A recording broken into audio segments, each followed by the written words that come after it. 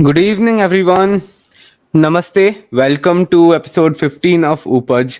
And today we have Sri Ramprapanna Bhattacharya with us, who's a great sitar exponent from the Tawa Gharana tradition. And he has studied under Pandit Ram Udar Bhattacharya, Pandit Kashinath Mukherjee, and Pandit Arvind Parikh ji. And he's absolutely insane. I myself have had the good fortune of knowing him since I was like a little kid of 10, 12 years, and it's very nostalgic for me as well to have him right here on the show. And also, not alone today, I have Anirban with me, and now we're gonna be adding Ramprapanna Dada to our talk show right here. And welcome to Upaj. So nice to have you here. Good evening, namaskar to our audience today and to you both, Swarnabha and Anirban. Along with Chitrayud, you both are running this particular interactive sessions with musicians, particularly younger generation musicians, if I can call. And you have hosted many successful episodes, and I have watched most of them. Most of them, you guys are doing wonderful job with this, and Thank you so much, brother. needless to say, you along with you both along with Chitrayud represent our next generation of brilliant musicians, and along with your own music. When we started this discussion, I mentioned this. Your own music, own riyaz, own learning, and other tasks. Most of us are into other, sphere of life as well. Doing this in continuous basis is not a matter of joke. Actually, it requires a lot of passion, dedication, and willpower. And I am really happy to see you all doing this in very passionate way. Thank you so much, Dada. Keep supporting us, keep blessing us. And we love to have you guys as audience also when we host the other episodes. Then it gets very interesting for us. And now I'm gonna ask Anirban to start off today's evening with you. So, Dada, the first question is as usual. Please tell us about how you got attracted to music and what your first lessons were like. Sure. As we all music students know, uh, there are three parts. There are different ways of learning. One is sitting along with the guru formally with the instrument in hand, and other forms include listening to other musicians also. Like my music was there in our family since generations. My great grandfather used to play sarangi and clarinet, Ramindu Bhattacharya. My grandfather was not much into music. He was into literature and poetry. He was chartered accountant. My father, even though in that time he was a computer expert, which was very rare. Now every home we have at least one or two. But in mid 70s, early 80s, since then, but since his early teenage, he got opportunity to learn from great. Actually, he wanted to learn clarinet or shahnai, but my grandfather did not allow because my great grandfather, while playing clarinet, he had some experience. That's why he did not allow. He told, okay, any string instruments is fine. So my father wanted to learn sitar, Ram Udar Bhattacharya, as you have already named. And fortunately, we had Ustad Ali Ahmed Khan Sahab in our locality, just the next lane, Sitaram Street. We stay in College Row. The people old in Calcutta who know the old North Calcutta, we stay in College Row, and he used to stay in Sitaram Street. He was brother-in-law of I think either Aftabuddin Khan Sahab or Alauddin Khan Sahab's elder brother. Uh, so he learned from my father learned from him since Ali Ahmed Khan Sahab's demise. Then he learned from the great tantrakars of that era, including Ustad Mustaq Ali Khan Sahab of Senia Gharana, Pandit Gokul Nag of Vishnupur Gharana, and Pandit Indranil Bhattacharya of Mahir Gharana, Senia Mahir Gharana. So you see, all these, Mustaq Ali Khan Sahab, Pandit Gokul Nag, they were doyens of their respective gharana. They are treated as the, one of the greatest exponents of their gharana. So his, talim has helped me a lot. So he initiated to sitar. In fact, in my childhood, when he used to practice, that went in my ears. So that was the informal initiation. But when I got my first sitar from J.K. Sengupta ji, he is kind of a family friend for us. So he made the first single sitar without tarab strings. He made that sitar for me on request of my father, and I started learning under him. And you will not believe, I started performing only within his guidance. Even before going to any other guru, I started performing. So you can understand not only the basics of initiation, he made a solid ground, and started teaching compositions and rag, and I started performing in the performance format also with his study. That are so as you Anirban, as you mentioned, the first talim, it is just like holding the instrument properly, fine tuning the sitting posture, keeping the right hand with both the hands, proper hand setting, which is very very essential for the instrumentalist to succeed. Right. So, And yeah. were you given vocal lessons in the beginning and then asked to translate that to sitar, or sitar directly? No, I started directly with sitar. In fact, in my home we had an ambience, spiritual ambience. We used to have kirtan in every evening. So along with my mother, my paternal aunts, we used to go to certain gatherings where we used to have kirtan. In that, I used to join. So it was not a formal learning of Saregama Padhanisa formally, but even before learning the Saregama Padhanisa, I used to sing bhajans by listening. Okay. Then later I came to know, okay, this is Purya Dhanashri, this is Yaman, this is Pilu. Okay, in that way, later I could connect with these rags, but it came very naturally, not formally, if I can say that.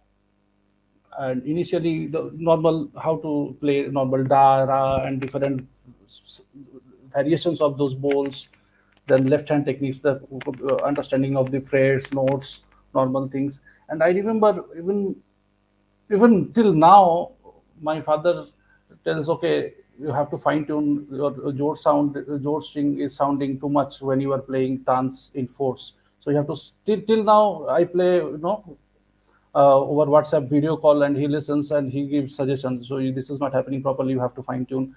So still that is continuing that process. Dada, so since you started out with traditions which were not really a part of the Itawa Baj, more towards the Senia Sitar Baj and Vishnupur Gharana and Maihar traditions. So what drove you towards understanding and liking Ustad Vilayat Khan Sahib's music? I think that was the most pivotal change in your musical life, if I'm not wrong. Yes, Swarnabha, you are right in saying that.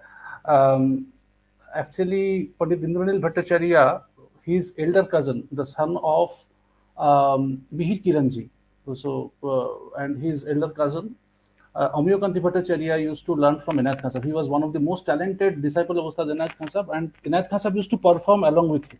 So Indranil Jetu, I used to call him, he had talim of both the gharanas, and he was the first person probably in history who had talim from both these premier lineages of instrumental music.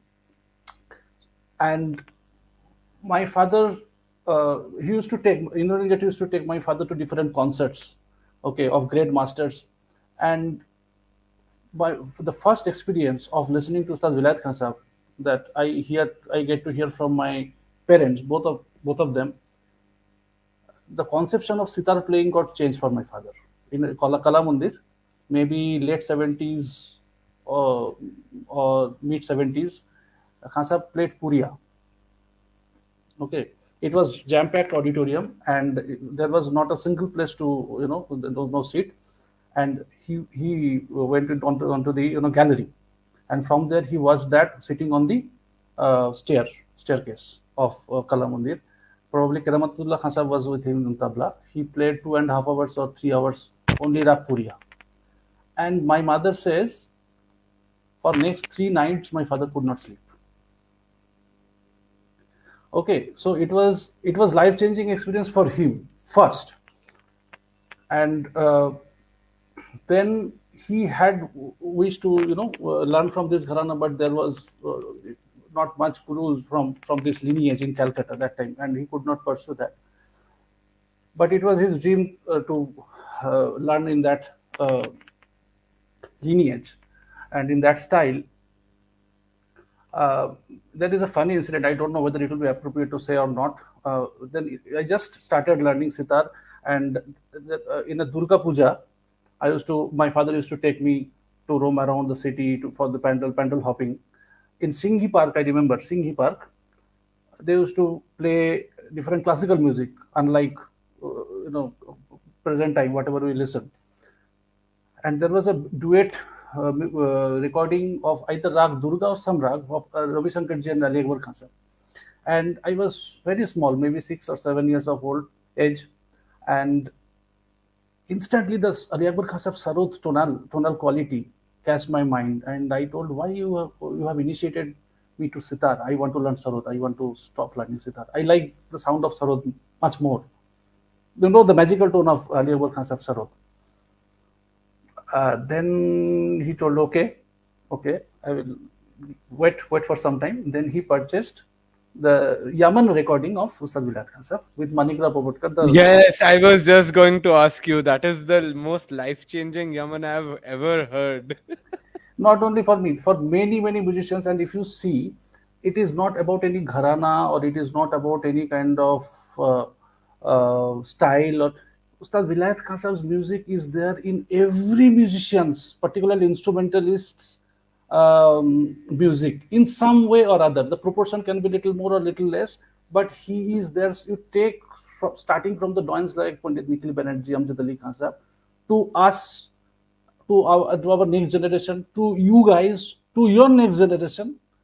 So there is some component or other. It is nothing. I should not say I have. It is very different for me. Maybe the proportion is little bit up and down for the people, but for all of us, all the instrumentalists, even for the vocalists also, they adopt Khansab's concept, ideas, technique in some way or other. So that's what I can say.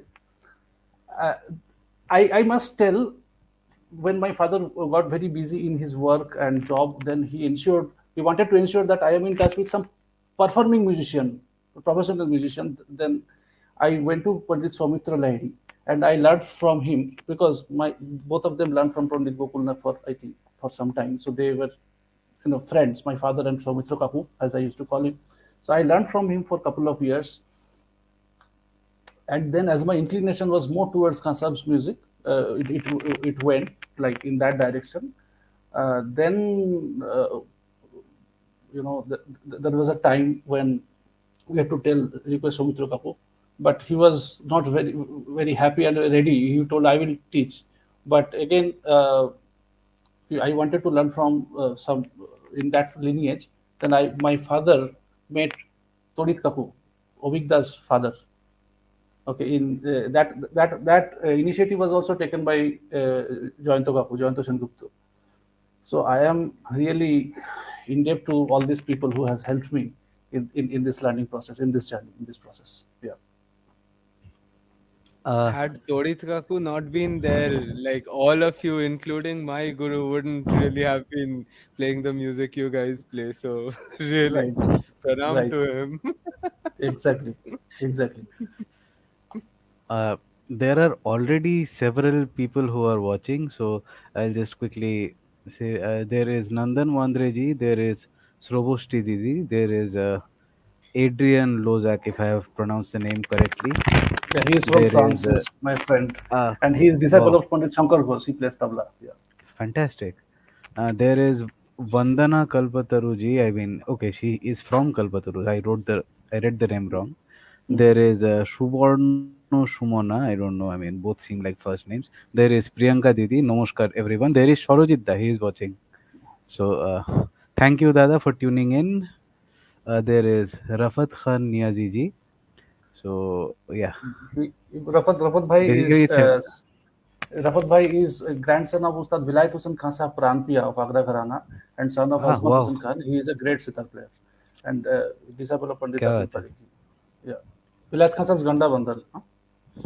क्या बात है, Yeah. क्या बात है. So on to the third question. You have uh, had the majority of your talim under Pandit Kashinath Mukherjee and Pandit Arvind Parikh, both of whom are disciples of Khan Sahib. So how did it happen? I mean, from what you said, it seems like you were first influenced by Ustadji's music and then you went on to learn from them. Or was it the other way around? So did going to them open up new facets of Ustadji's music to you? So Vilayat Khan Sahab's Yaman took me to this journey. So that was the first milestone. Right. And then I remember Mand Bhairav Mishra Mand with Zakir ji, and then Darwari Kannada with Pandit Shankar Ghosh, and all. Then the remaining it went like. Then I was so attracted to that particular style, fascinated to that particular style. It I already mentioned how it went. I went to Pandit Kashinath Mukherjee. I was rather taken to Pandit Kashinath Mukherjee, and it was 1997, and that time his health was not that good, and he told, I don't initiate anyone from beginning, or even intermediate students also I don't take, because my health does not permit. I will first listen, then I will say whether I will be able to teach or not. So that was the it was like that, and then he was kind enough to accept me. It was 1997 until his passing in 2011. I learned from him. So to just to rephrase, my majority of my learning has been from my father and Pandit Kashinath Mukherjee, and then it was with Pandit Arvind Parikh ji. So majority, if it is very difficult to distinguish, but majority of my learning, if I say, my father and Pandit Kashinath Mukherjee mostly. And in 2005, how it happened, because of my first job, I was it was in Pune, Swarnabha University. In 2005 June, I moved there, and one of my well-wisher, he suggested that in absence of Vilayat Khan Sahib, now you are, as you have moved from Calcutta to uh, Pune, you cannot learn directly, because that time all this Skype and all those things, online teaching and all those things were not there, and uh, gurus of that era were not very much comfortable and happy with all these things also. So there was a disruption in my learning process. So he suggested, why don't you go to Pandit Arvind Parikh ji, because he has lot of collection of compositions and bandishes and material, as we call cheese, from Vilayat Khan Sahib and whatever other musicians, great musicians. Then I remember I called Kashi Jethu from Pune, from STD booth. And it is very difficult for one guru to allow to learn from another guru. Okay. But he was a different type of person. I have never seen another person like Pandit Kashinath Mukherjee in my life. Not only in music world, in any sphere of life. He told, হ্যাঁ তুই চলে যা, তো খাসাবের সাথে অনেক দিন সময় কাটিয়েছে, ওর কাছে অনেক জিনিস আছে, যা পাচ্ছিস নিয়ে নে। क्या बात. So that's where his words, without giving a second thought, he told that. And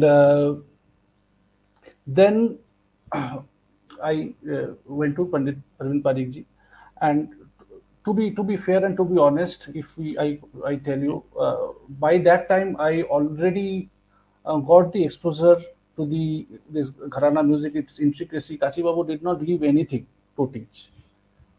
When I went to Guruji, Pandit Arvind Parikh ji, as Anirban, you might ask the question, the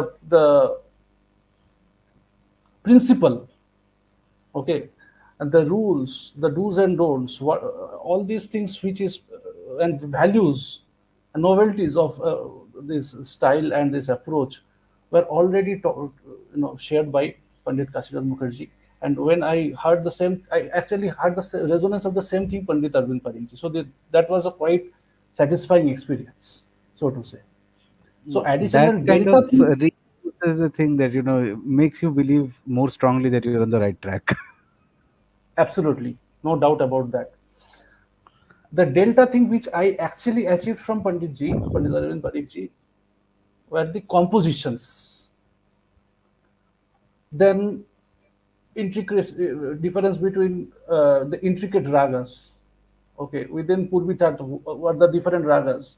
Okay, within Tori Tat, there are so many ragas, so only 4 or 5 or 6 regular ragas which people generally, artists generally perform. So from that aspect, I have got insight from Panditji, and also different compositions.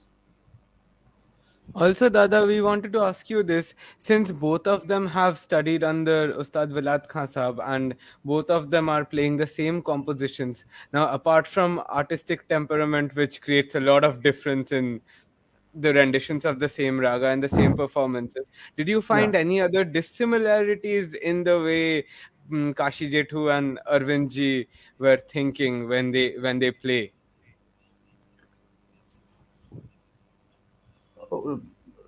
Okay, to be honest, when I went to Kasijetu, his performing career, already ended because of his health issues and even other factors. To be honest, I have not heard Kasijetu to perform on stage. When I went, that phase was already over.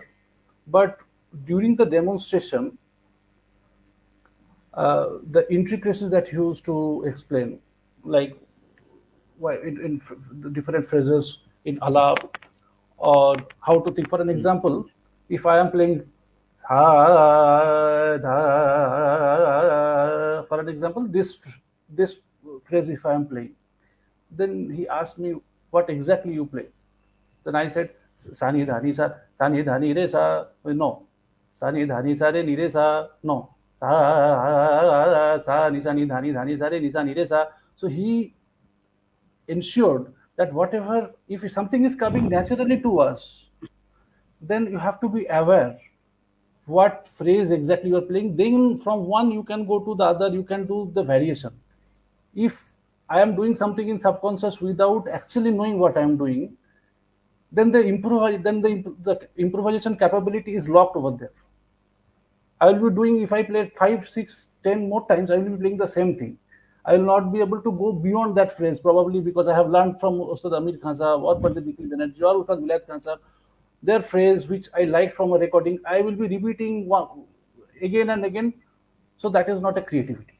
So he ensured that we think whatever we are playing, we know. So that logical reasoning in music, that he ensured.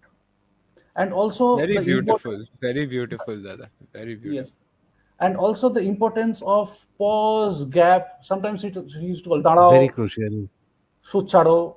These were very funny at that point of time to listen these kind of phrases. But today, after 10, 12 years of his demise, we understand the importance of those small, small things. What is the value of gap? Like within the canvas, as Badegula Malik Khan Sahab said, right? हवा में तस्वीर बनाने का नाम संगीत है. तो हवा में तस्वीर बनाओगे तो उसमें तो कैनवास तो दिखना चाहिए. अगर canvas, if there is no background, then how the colors will be prominent. So that's the importance of Indeed. pause and gap. So that he ensured. And Kashinath Mukherjee, Panditji, Guruji, he initially learned from Pandit Srinivas Nag. So essentially, he was a die-hard fan follower of Ustad Inayat Khan Sahab, so to say, more than Vilayat Khan Sahab. And That explains the prowess and the focus on the intricacies and on the general, the little of the recordings that we have heard of Pandit Kashinath Mukherjee. They really reflect a lot of Anath Khan Sahab's music in that. yeah, correct. So, and he got such a compliment. You will not believe, Inayat Khan Sahab's wife, Vilayat Khan Sahab's mother, used to, when she used to listen to Kashi Jetu's broadcast, radio broadcast, she used to say sometimes, इसके सितार में मुझे उनका याद आता है. So what better compliment one person can get? Huh? So he learned from Srinivas Nag, majorly from the sitar, perspective.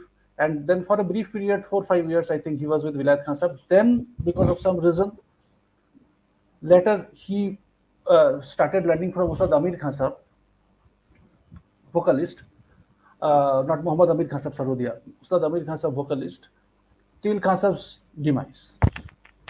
Till Khan Sahab's demise, and his Kashi Jetu's sister-in-law used to learn vocal music from Ustad Bade Ghulam Ali Khan Sahab. So his family was very close to all these great, great musicians. Ravi Shankar ji played in their house, in their basically in-laws' house. Ali Akbar Khan Sahab, Bismillah Khan Sahab, I think except Bismillah Khan Sahab, every other great musicians have performed in their house. And he was particularly very close to Bade Ghulam Ali Khan Sahab. And when he went to Amir Khan Sahab, then Bade Ghulam Ali Khan Sahab was little offended, and he said, "मेरे पास भी कुछ instrument का चीजें है." Then he privately he sang certain instrumental style on in vocal, which Kashi Jetu says is unbelievable. So this kind of exposure to these great musicians gave a great insight to him, which, if a percentage of that it transmits to us, then it is great thing for us. So how did things change with Arvindji? I mean, apart from learning new compositions, so was it a different prism with which Arvindji viewed the Ustad's music? Because as you said, Kashi Babu had trained not only under Vilayat Khan Sahab but various other masters. So the perspective must have been a bit different. So how was it different? Again, see, Arvindji also, even though he formally was Shagird of Ustad Vilayat Khan Sahab, as he says, for 60 long years I was with him, from 1944, when Khan Sahab, when he, I think, moved to Bombay from Ahmedabad, till 2004, Khan Sahab's demise, uh, he was Khan Sahab's disciple, probably for the longest period. He, Arvindji also had association with other great musicians, as his wife, Maji Kishori Parikh ji. She was disciple of Ustad Niyaz Ahmed Khan, Fayaz Ahmed Khan of Kirana Gharana. And Arvindji also had association with other great musicians, including B.R. Devdharji, vocalist, and diverse other great musicians. If you go through his book, The Raga of My Life, you will understand. So his thought process is also not only confined in one area. So he also, on top of that, he is having great analytical mind and way of articulation. So if his presentations and seminars, all these things, if you attend, so that also gives a great insight. So if you know something, maybe it is in your subconscious, but when he articulates in that brilliant way, then it actually opens up with more clarity in front of you. So all these qualities of his articulation and presentation, vachan, as it is called, a great quality of guru. So particularly that thing has helped, if I can say. His way of explanation, his way of analyzing the things, his way of defining the structure, what is the thought process behind it. Many times musicians do based on the intuition, based on the musical sense. Probably it comes in subconscious, or sometimes if it is a great music, we call it divine power. But everything, I agree that everything cannot be analyzed and everything cannot be put in the book of rules. There is some rule, there is some deviation from that also in art. Be without what should I say, by maintaining certain limitation, certain boundary. We should not go beyond that. But again, so that those things actually help me more than anything else. His thought process, way of articulation and explanations. Yeah. Anirban, I think you should ask Uh, the next question. Hold on, it's now time for a very special video. Oh, yes, right. Yes, I am So here in this those of video with Ramda. Yes, let's watch this. All of you are going to absolutely love this. This was probably one of those concerts which I attended when I had just started understanding the Itawa Gharana tradition of music, and this was a very special concert for me. So, here, guys, please watch this also video. It's so anyone who amazing. is laughing, I mean anyone who is watching is requested not to laugh at Swarnabha. Yeah, yeah. Please don't haha react on our post. It gets very bad for our PR.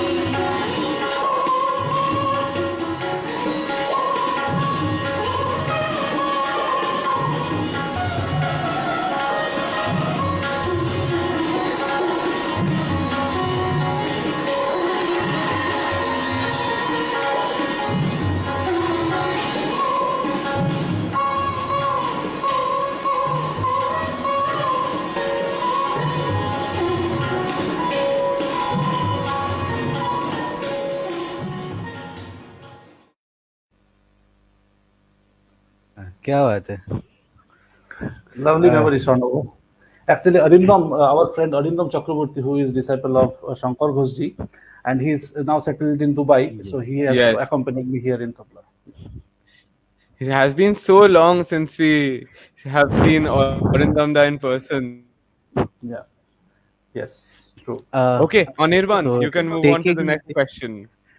taking cue from this previous video, all throughout your performing career, you have displayed skill that only comes from very rigorous riyaz. So, how have you managed to time your riyaz despite having to pursue serious education and then a corporate job? What was the typical daily schedule of Ramprapanna Bhattacharya as a student? Namaskar Shubhranilda, I can see his comment. So, yeah, I mean, how was your Thank typical schedule as a student, and then how did it change after job and everything else?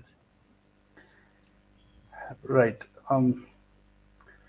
Actually, this comes from, I should say, two, three very important aspects. One is the motivation and inspiration, and second thing is willpower, and third part is the ambience and family support. If either of these things are missing, even doing only one thing, it requires so much of devotion, dedication, as I call it, 4Ds. So all these things. So initially, from my family, I got this particular support that you do these two things, rest of the things we will take care. From uh, when I was student and also till today. Initially by my parents, grandparents, and today by my parents and my wife and including my kids. Wow.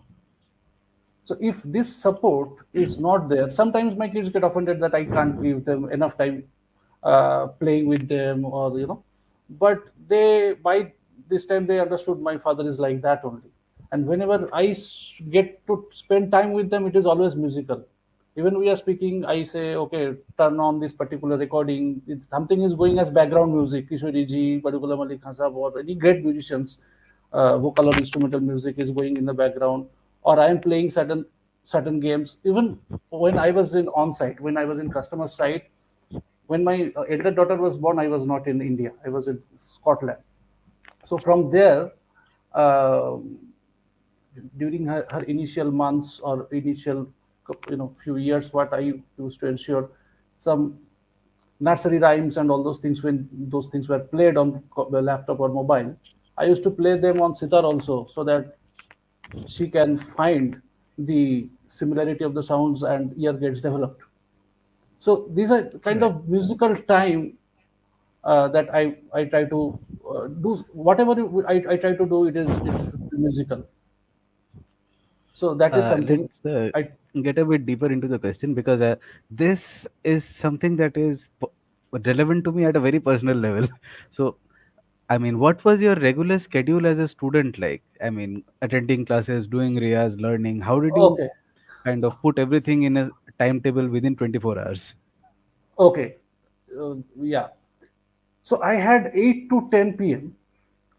And during my exam time, it used to become 9:30 to 10. During moderate time, it was 9 to 10, or 8:30 to 10, something like that. In vacation time, it was 8 to 10 every day. Even if I am going to some relative's place, we used to have fight. If it is 7:30, I used to, okay, I have to go home. Okay, like that. So I could not devote much time for I mean, for longer period. In one day, longer period, I could not devote, but I try to do it on regular basis. So it like getting up in the morning, doing study. সকালবেলা পড়তে বসা বাঙালি ঘরের ছেলেপুলেদের একটা regular ব্যাপার, ওটা না করলে তো বুঝতে পারছি তার ফল কি হয়। আর and it was and it was said, whatever you do, you have to ensure that your academics are not impacted because of your music.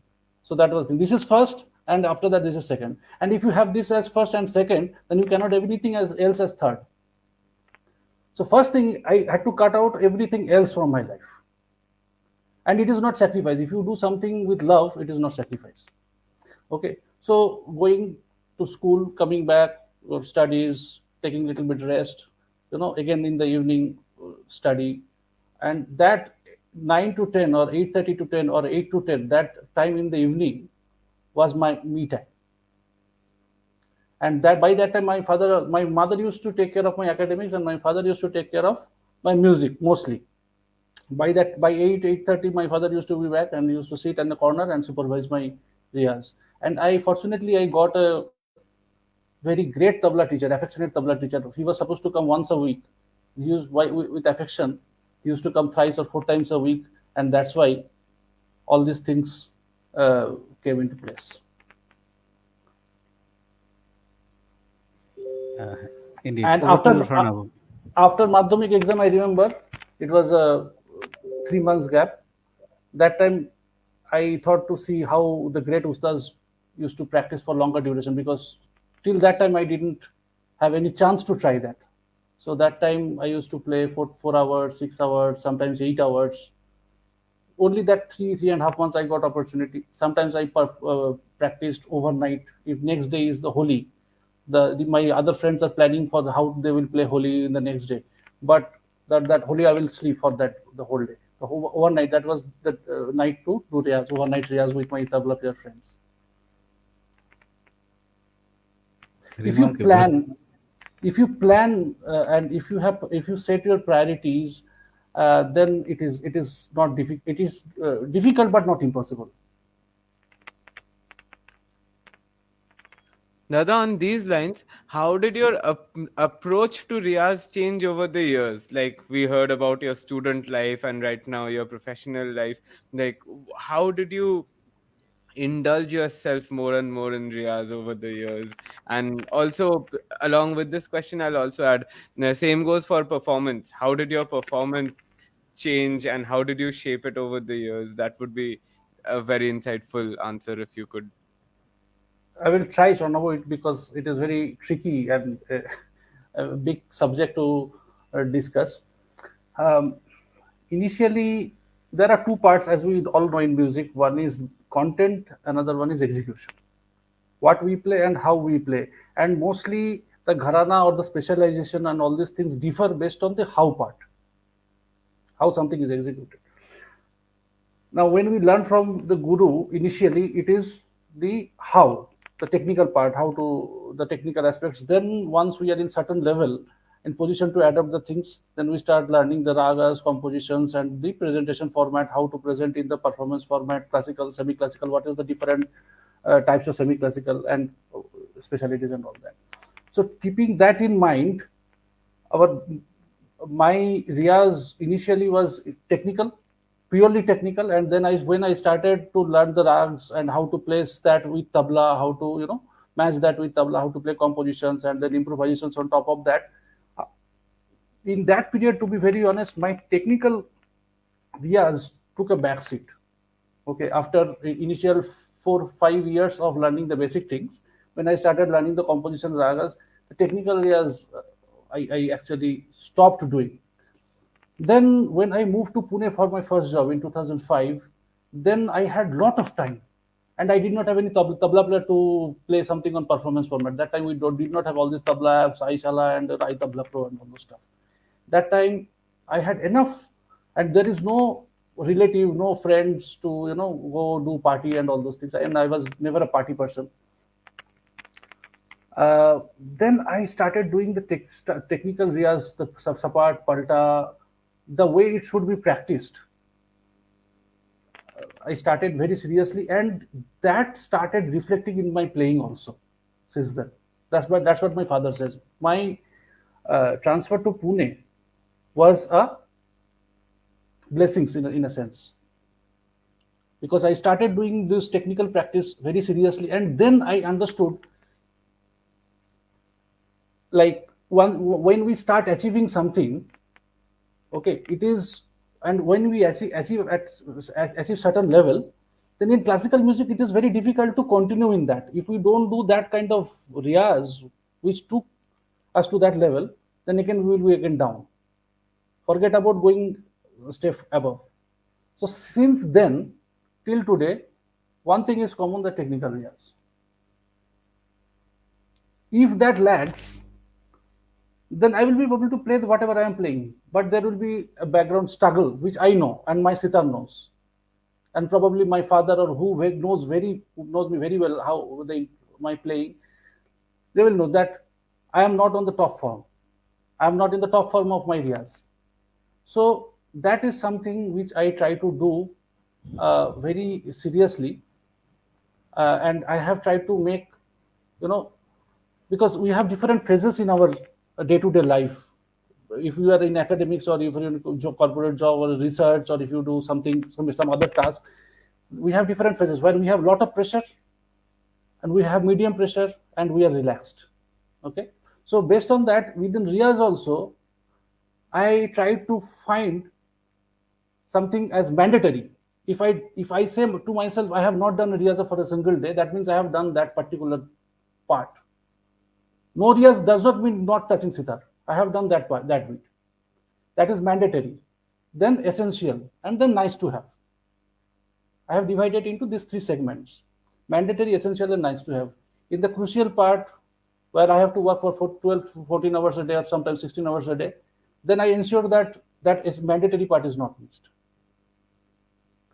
And when I'm so in that way, if we prioritize and understand the subject well, and try to bifurcate the things, then it is not very difficult. That is actually a very, very beautiful way of compartmentalizing everything and just fitting it in. I love that mandatory part you mentioned. कि इसके बिना नहीं होगा. ये है. This is the basic requirement. हाँ, अभी now I have students who say, अरे मेरा एग्जाम है, now I am having examinations, office में बहुत प्रेशर है. So उसके लिए आपने खाना छोड़ दिया, उसके लिए आपने सोना छोड़ दिया, या उसके लिए आपने वॉशरूम जाना छोड़ दिया.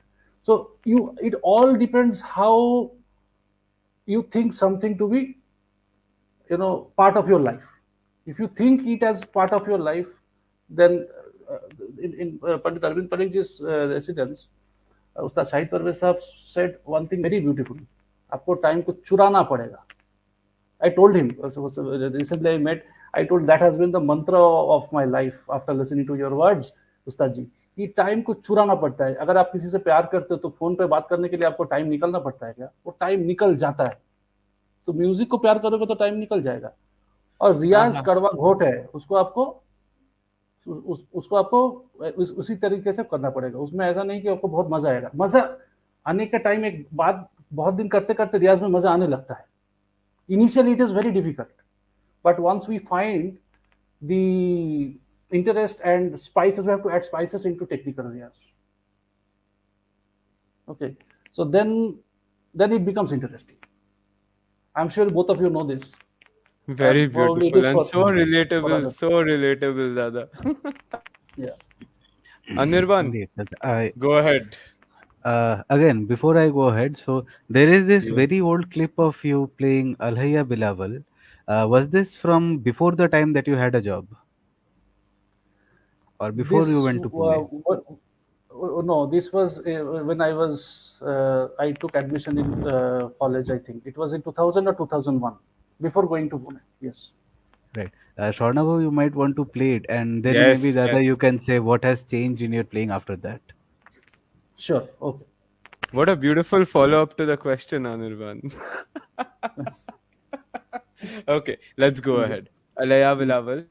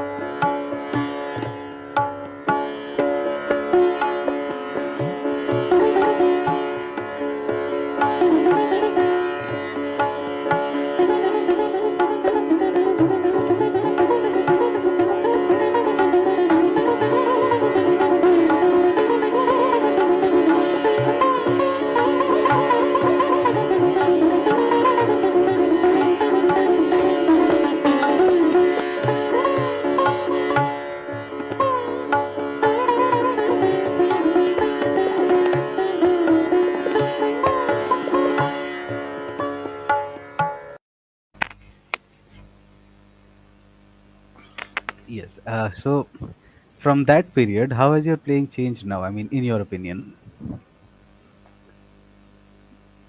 Can I ask this question to you guys, because you have listened to two recordings and also this recording, and Swarnabha is listening to me from Uh, so long. So I mean, probably that's why this I would asked be in your opinion. Yes, Dada, I think you should answer this. playing safe. I understand. Okay. Um, I think it is just kind of a thought process, because music is something which is not memorized, which is not a copy paste for any evolving musician, and it gets enriched with the experience. It gets experience of life, experience of meeting with different people, experience of visiting different places, and experience to listening, most importantly, different musicians. That is the most important thing.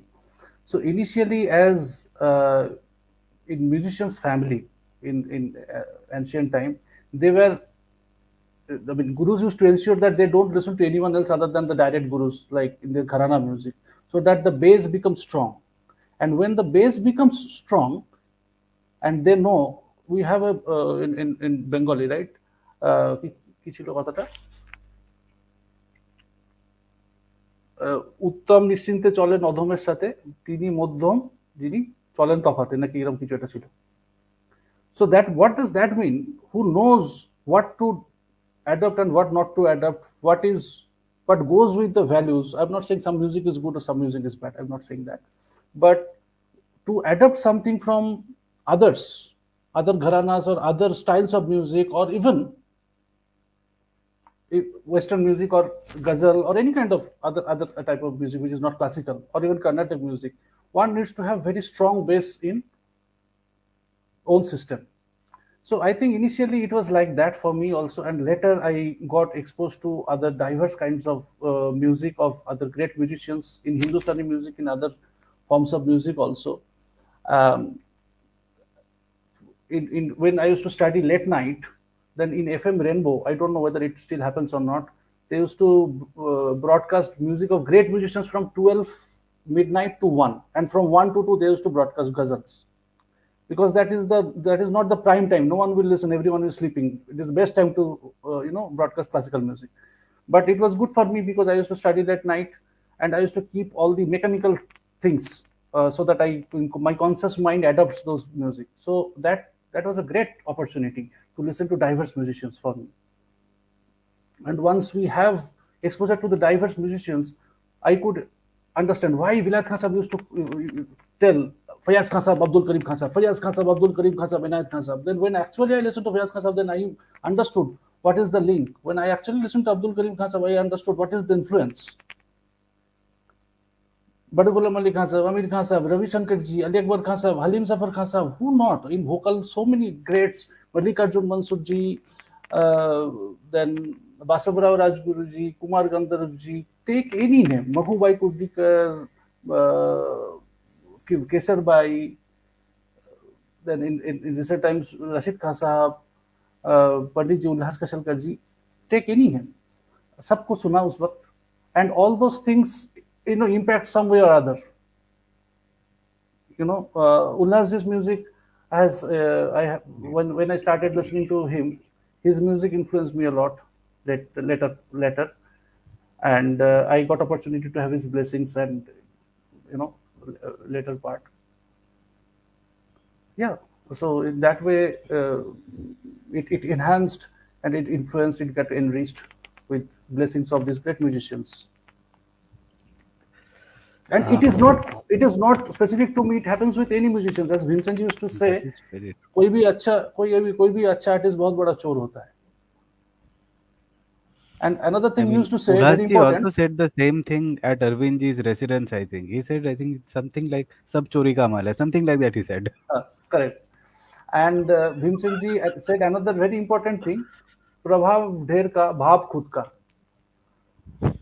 ये होना बहुत जरूरी है. Initially, as I give example to my students also, initially when child starts learning how to speak. They just pronounce certain words without understanding, just by listening, imitating elders.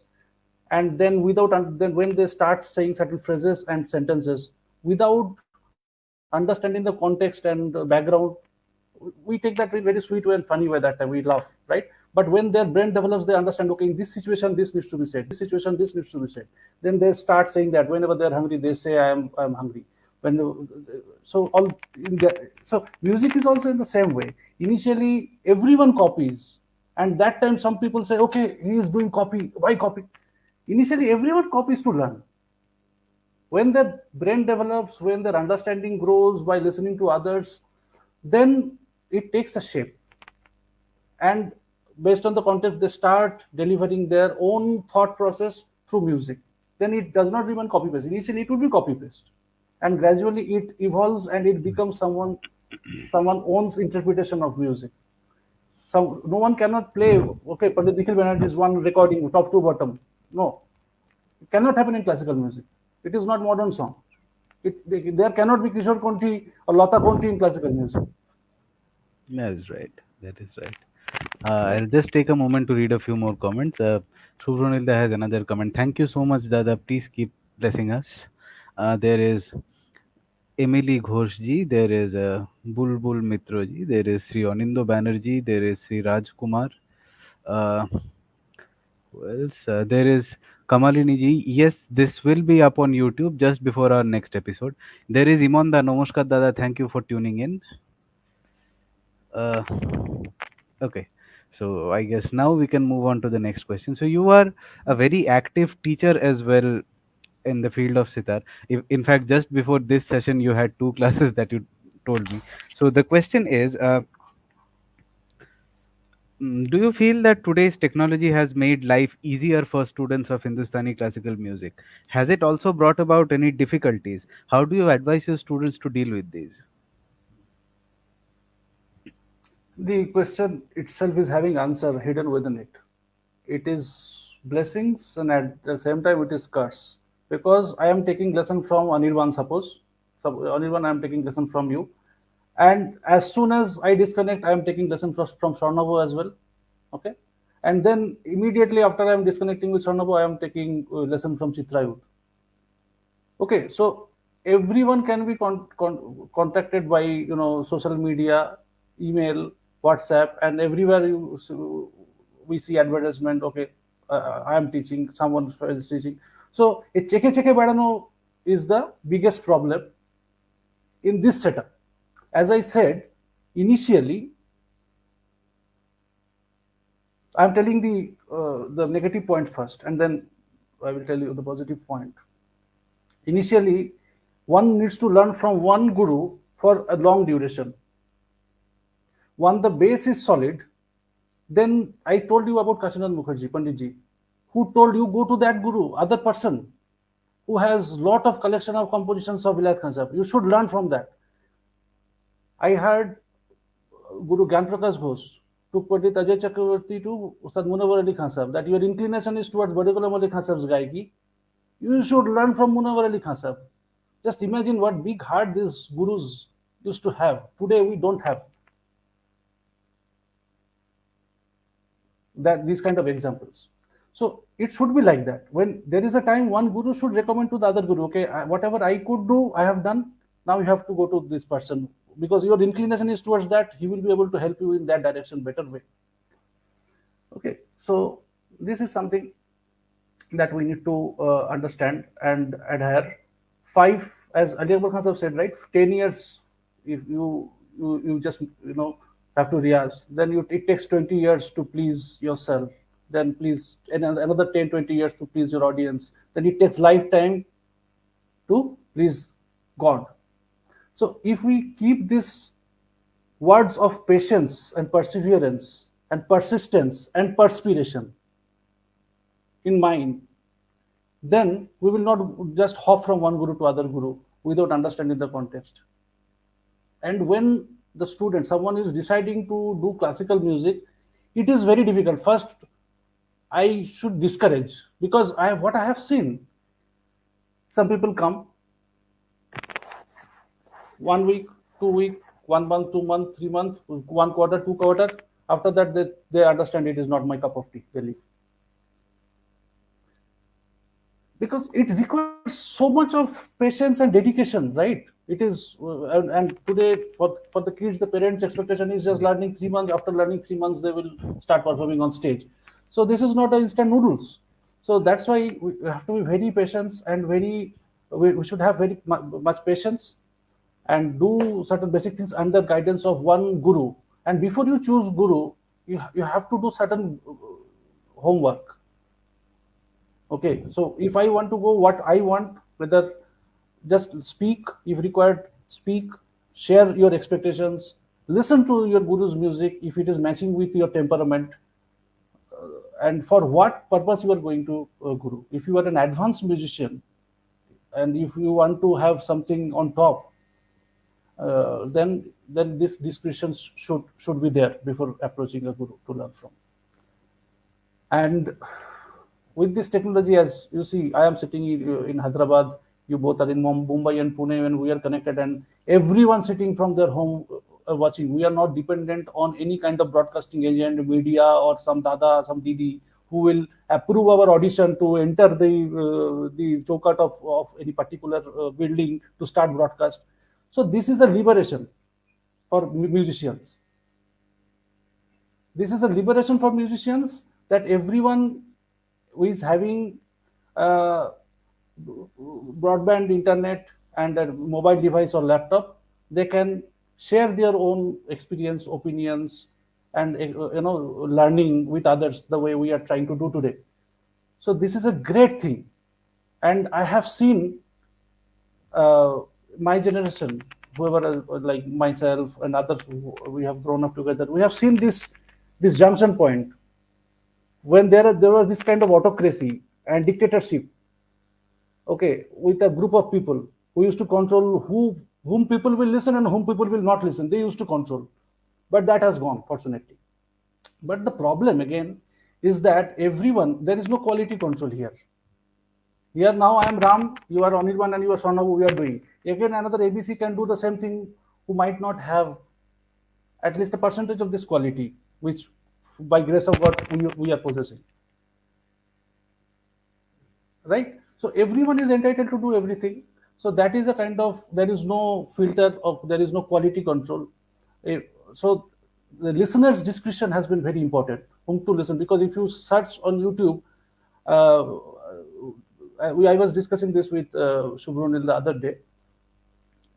Ayana Balam, Kakaru Sajni Ayana Balam, Badokolam Ali Khan Sahab's name comes in 5th or 6th suggestion in YouTube or Google.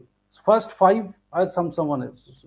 So now the listener should understand whom to listen, whose version needs to be listened first and the most. So these are the pros and cons. Anirban, sorry if I have told something too much, but that's Not it. at all, Dada, not at all. Dada, on this line, I wanted to ask you 2 more questions. One is, does overexposure, like now that we have the age of internet, which is widely available, do you think internet brings overexposure to the musicians? And do you think that overexposure is harming us and taking the magic away from our music?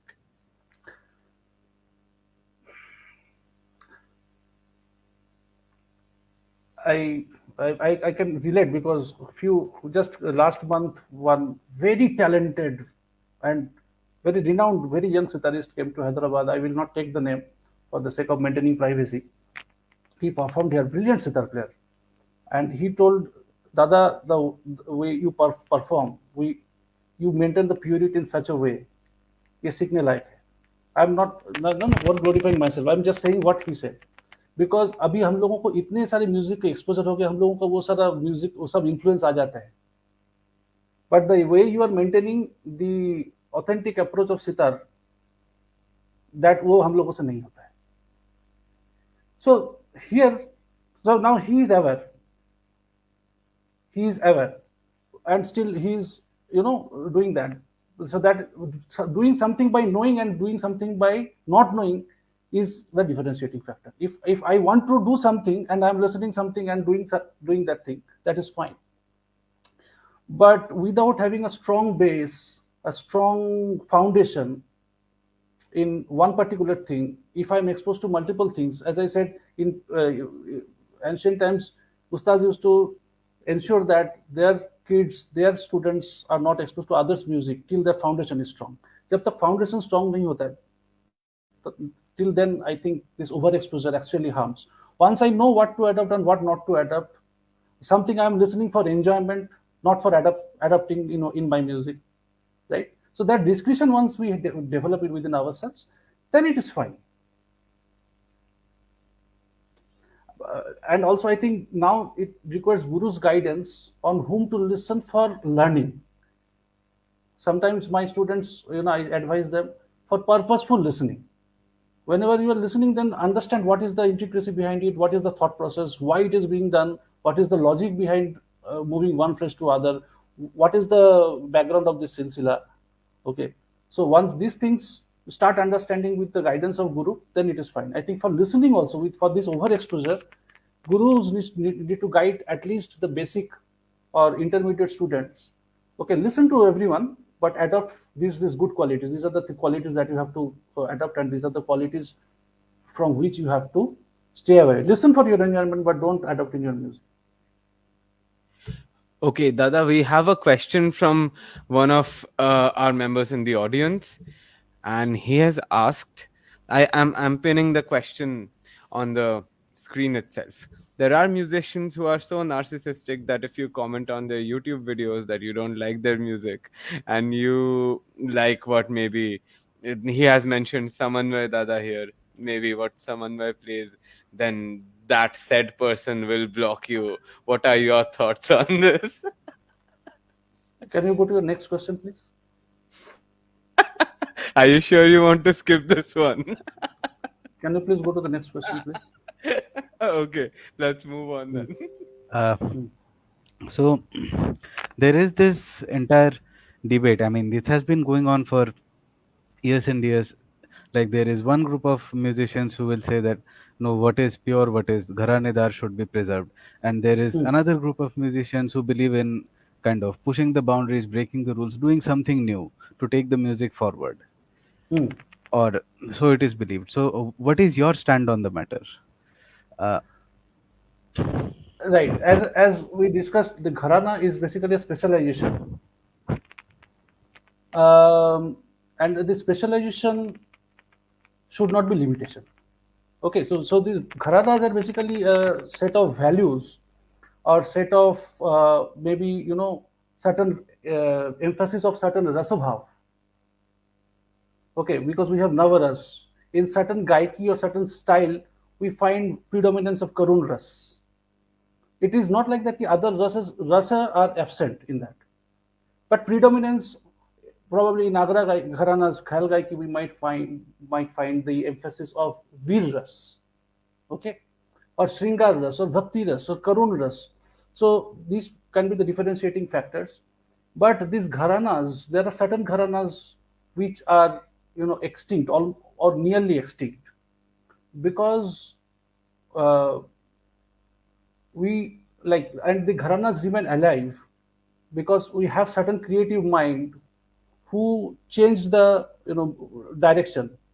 I should not say direction, who actually made it more flowing, not Vilayat Khan static. Sahib himself is an example, probably, Every great in some musician, sense. not only Vilayat Khan Sahib, if you see every great musician whom we worship, you see Ustad Fayaz Khan Sahib, you see Ustad Bade Ghulam Ali Khan Sahib, you listen to Kale Khan Sahib's music, and then listen to Bade Ghulam Ali Khan Sahib's music, you see how on the Patiala Gaiki he brought this nazakat and the subtleness in the Gaiki, in the Thumri rendition, how he built a parallel. Only there was a Benares style, but with his introspection and way of thought, he built a parallel Thumri style, which is called Patiala style or Punjab style of Thumri.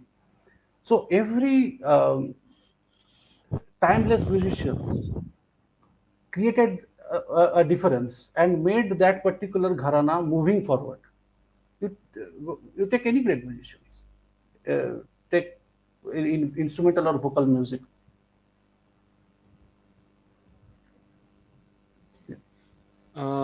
Okay, Uh, then Swarnabha, Dada, I maybe think, next question. yes.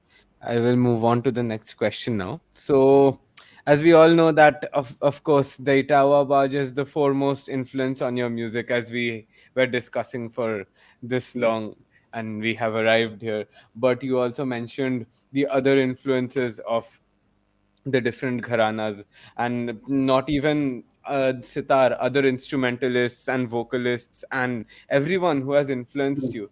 So it would be lovely if you could name a few of the most influential musicians that you have listened to in your life. Outside of I Itawa. I told the names when I was mentioning from 12 to 1. I Yes. was listening to these great musicians. Probably it will be not inclusive of everyone, because so many musicians influence our music in some way or other. It is very difficult to take everyone's name in one go. So whosoever name I have taken, I think they have influenced me the most. Dada, Other I than also have a Gharana quick musicians. question. I also have one more quick question for you. So, do you think influence from other genres could harm Indian classical music, the way we play it? Do you think there are fantastic things to take from there as well, from areas outside Indian classical music? It all depends what we are taking and how adapting, and how it goes with the philosophy, Indian classical music's philosophy and thought process and principles. You take any Gharana's name, you will see there are certain principles which are followed. There are certain way of elaboration, and there are certain deviations also, little deviations in the thought process. So whatever we are adopting, that should not harm the soul of Indian classical music in adverse way. Okay, in many cases, what I don't know whether it will be appropriate to say or not. In many cases, when a musician does a fusion music in parallel, okay, that thought process sometimes interferes in their classical performances also. I have seen very few people who have kept who is doing fusion music and also keeping Indian classical music without any kind of shadow of that. Okay, and in that case, sometimes the soul of Indian classical music is getting little bit disturbed. That is very tricky thing. I cannot. I am not an expert, because I have whatever time I get. It is very little time, as you both know. To do Indian classical music is so much. I want to. I'm trying to learn all the, if not all the, many of these rare and achok ragas. I'm trying from 2014. I have taken this project to learn all these Bilaval Prakars, Kalyan Prakars, Malhar Prakars, then Kannada Prakars, Kons Prakars, Sarang Prakars, the Achok rags of Purvi That, Kafi That. So many things to learn in classical music itself, which I am not being able to. Uh, I think Anirban was discussing, if you would have done one thing instead of two things, would you have been do it better way? Probably I could have learned these ragas which I wish to learn and perform Uh, in my own way. That is something I am not being able to give adequate time for that project. I have many ideas to implement which I am not being able to do because this 24 hours fall short. at this point, thank you so much, Dada, for already answering what I was about to ask. So now maybe it's time for another video. Yes.